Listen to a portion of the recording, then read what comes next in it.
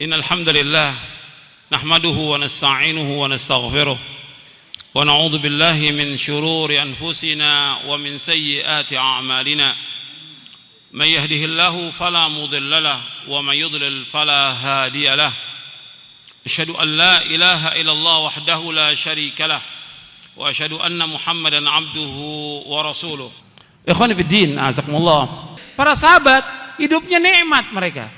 Mereka terus ibadah kepada Allah, mereka kerja, mereka usaha, mereka dagang, mereka mencari nafkah. Mereka enggak memperhatikan hawa nafsu untuk berutang. Kalau betul-betul terpaksa baru mereka utang. Utang boleh dalam Islam. Utang. Ayat yang terpanjang dalam Al-Qur'an dalam surah Al-Baqarah ayat tentang utang. Boleh. Tapi jangan turunkan hawa nafsu untuk utang. Kalau kita mampu kita beli, kalau enggak kita sabar. Kalau kita mampu. Ini enggak semuanya utang. Semuanya, sepeda utang, perabot rumah tangga utang, bajunya utang, baju utang, kerudung utang, semuanya hidupnya utang. Ya, akhirnya dia menjadi tukang utang. Nggak boleh, susah nanti hidupnya dia. Dan kesian juga kalau dia meninggalkan hutang buat istri dan anaknya. Dia mampu dia beli, nggak sabar dia, sabar. Udah hidup dengan apa yang ada. Dengan apa yang ada. Itu para sahabat demikian. Tapi mereka tepat janjinya. Enggak seperti sekarang. Waktunya bayar utang, afwan ya akhi. Afwan. Saya enggak perlu afwan, saya perlu duitnya. Afwan. Bulan depan afwan lagi. Saya enggak mau dibayar dengan afwan, saya mau dibayar pakai uang. Antum pinjam uang kan sama saya, bayar dengan uang, bukan dengan afwan. Gitu. Banyak yang seperti itu. Makanya ini masalah utang masalah besar. Dan ingat, Nabi tidak mau menyolatkan orang yang punya utang 2 dinar. Nabi nggak mau solatkan. Dan utang ini akan ditutup sampai hari kiamat. Semua orang yang mati syahid dosanya diampuni kecuali utang, kata Nabi. Yughfaru lisyahidi kullu dzanbin illa dain. Diampunkan semua dosa orang yang mati syahid kecuali utang. Utangnya tetap akan dituntut sampai hari kiamat. Maka jangan gampang-gampang untuk berutang. Nabi tidak mau sholatkan orang yang berutang 2 dinar. Gak mau Nabi sholatkan. Jadi ingat itu, ajarkan istri kita, anak kita jangan gampang-gampang utang. Dan orang kalau sudah berutang, kalau berbicara mesti bohong. Kalau berjanji mesti menyalahi janji. Ini sabda Nabi. Orang kalau sudah berutang, kalau ngomong mesti bohong. Dusta. Kalau berjanji, benar janji. Kata Nabi, ketika Nabi kalau sholat itu di akhir tasyahud, Nabi selalu baca di akhir tasyahud. Antum ingat tuh doanya. Allahumma inni a'udzubika min adzabi jahannam wa min adzabil qabr wa min fitnatil mahya wal mamat wa min syarri fitnatil masiihid dajjal. Allahumma inni a'udzubika minal ma'thami wal maghrami. Yang terakhir ini, Allahumma inni a'udzubika minal ma'thami wal maghrami. Ya Allah, aku berlindung kepada Engkau dari dosa dan utang. Aisyah bertanya, Rasulullah, kenapa engkau banyak berdoa kepada Allah berlindung dari dosa dan utang? Apa kata Nabi? Innar rajula idza gharima hadatsa fakadzaba wa wa'ada fa akhlafa. Sesungguhnya apabila seorang itu dia utang, maka dia berbicara mesti dusta, mesti bohong. Kalau berjanji mesti dia menyalahi janji. Dan ini kenyataan. Dan ini tanpa kecuali yang seperti ini. Yang orang awamnya, yang penuntut ilmunya, yang ustadznya. Ini nggak benar yang seperti ini. Harus diperbaiki lagi, akhlaknya diperbaiki lagi. Kalau utang harus bayar. Kalau kita sudah janji sepekan, sebulan, 2 bulan bayar. Kalau 2 bulan sudah kita usaha untuk bayar, kita nggak mampu bayar, kita bilang datang kepada orangnya. Maaf, saya ini sudah usaha, ikhtiar, tapi saya belum mampu untuk bayar. Ngomong pada orangnya, ngomong. Dan orang yang mengutangkan dia harus memberikan tempo. Wa in kana dzu usratin fanadhiratun ila maisarah wa anta saddaqu khairul lakum in kuntum ta'lamun, kata Allah dalam surah Al-Baqarah. Kalau orang yang punya kesulitan enggak mampu bayar, kamu berikan tempo sampai dia lapang. Kalau kamu sedekah kepada dia lebih baik, kata Allah. Kita ngomong, ini enggak waktu mau utang luar biasa. Waktu mau utang kepada kita SMS, telepon, datang ke rumah, nangis-nangis, luar biasa. Begitu dikasih janji sebulan, Udah sebulan, nggak datang, nggak ada kabar, la salam, wala kalam, wala khobar, sudah. 2 bulan ditanya, marah dia. Antum nagih sama saya, antum nggak percaya sama saya. Lo antum utang harus bayar. Tambah marah lagi. Ini sikap banyak kaum muslimin seperti ini. Nggak boleh. Kalau utang harus bayar. Dia ketika dia berutang, dia berani ngadepi. Ketika dia nggak mampu bayar, juga berani ngadepi. Datangi orangnya. Itu akhlak Islam, akhlak Islam. Antum lihat, saya ambil contoh satu. Ya, di zaman dahulu, ini pelajaran buat kita semuanya ini, dan juga buat para dai.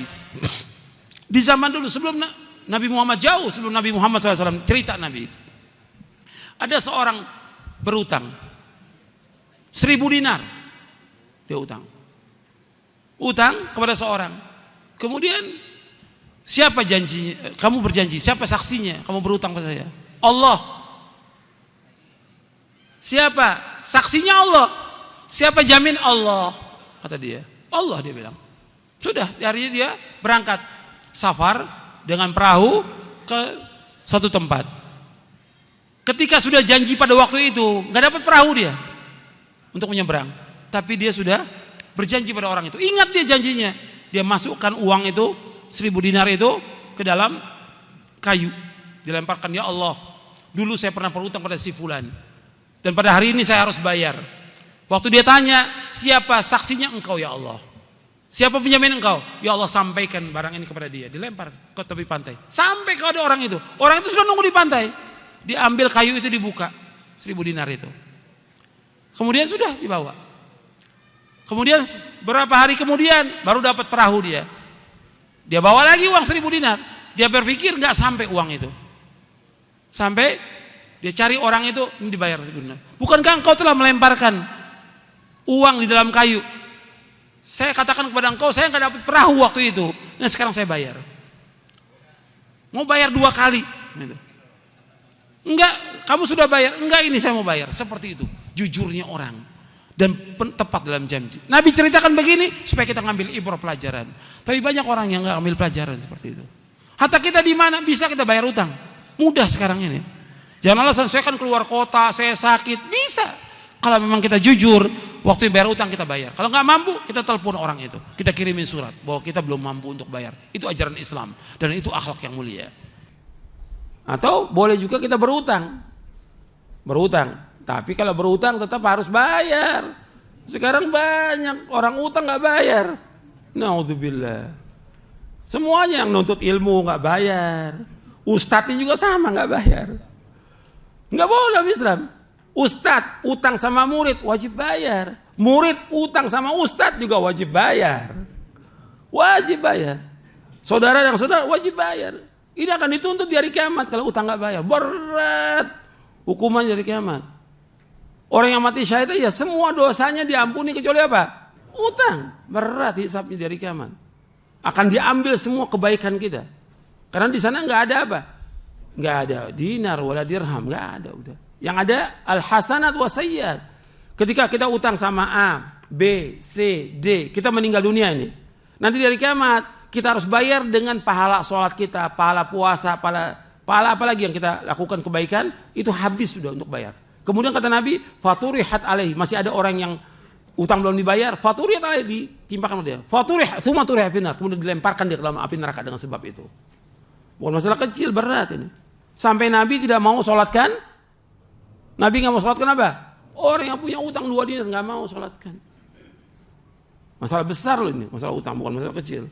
Tuntutan berat. Makanya antum perhatikan itu. Kalau kita udah nggak boleh minta hukumnya haram, dosanya besar. Dan banyak hadisnya tentang masalah ini. Sekarang terpaksa kita harus berutang, ya berutang. Tapi harus bayar. Gitu. Sesuai dengan kemampuan kita. Artinya utangnya jangan banyak-banyak, sedikit aja supaya bisa kita bayar. Atau kita jual apa yang ada di rumah kita. Ini masalah besar ini, kadang-kadang diremehkan oleh orang. Sekarang udah banyak orang utang tuh. Ada ustadz utang sama muridnya bukan sedikit.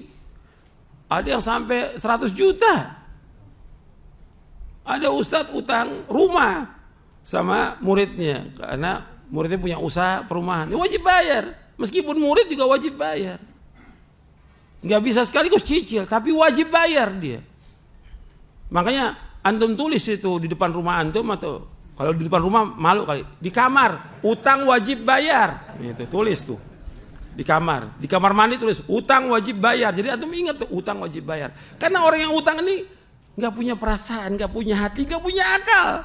Udah ketemu orang yang berutang, diam aja. Kalau dia nggak punya utang, udah la salam wala kalam wala syai', sudah la haula wala. Tenang aja, dia kayaknya nggak berdosa dia. Padahal dosanya paling banyak dia, sebesar gunung dosanya dia itu. Utang nggak bayar, nggak merasa dosa lagi dia. Mesti kan ketika dia berutang nggak mampu dia bayar, dia ngomong, saya utang sama kamu belum bisa bayar. Afwan, nggak apa-apa, afwan sekali. Tapi kalau terus, ya bukan afwan, saya mau dibayar sama uang, bukan sama afwan. Ini terjadi yang seperti ini, bukan satu, ratusan. Yang pelajar, yang ustadz sama. Itu ingat tuh, ini saya tekankan, utang wajib bayar, berat hukumnya. Kalau antum mati, kesian istri antum dan anak antum nanggung utang. Apa aja utang bayar. Semuanya, antum jual beli, antum dagang, antum ngontrak rumah, antum beli rumah, antum wajib bayar dong, wajib bayar. Ini kontrak rumah nggak bayar, banyak yang begini. Nggak murid dengan guru, nggak guru dengan murid, sama, wajib bayar antum, nggak boleh. Ketika diusir sama tuan rumahnya, ya Allah tega bener, zolim saya diusir. Ya antum utang nggak bayar rumah, mau disewakan sama orang lain. Udah keluar dia, di WA orang, saya dizolimin, diusir dari rumah saya. Ya antum nggak bayar ngontrak, ya harus diusir.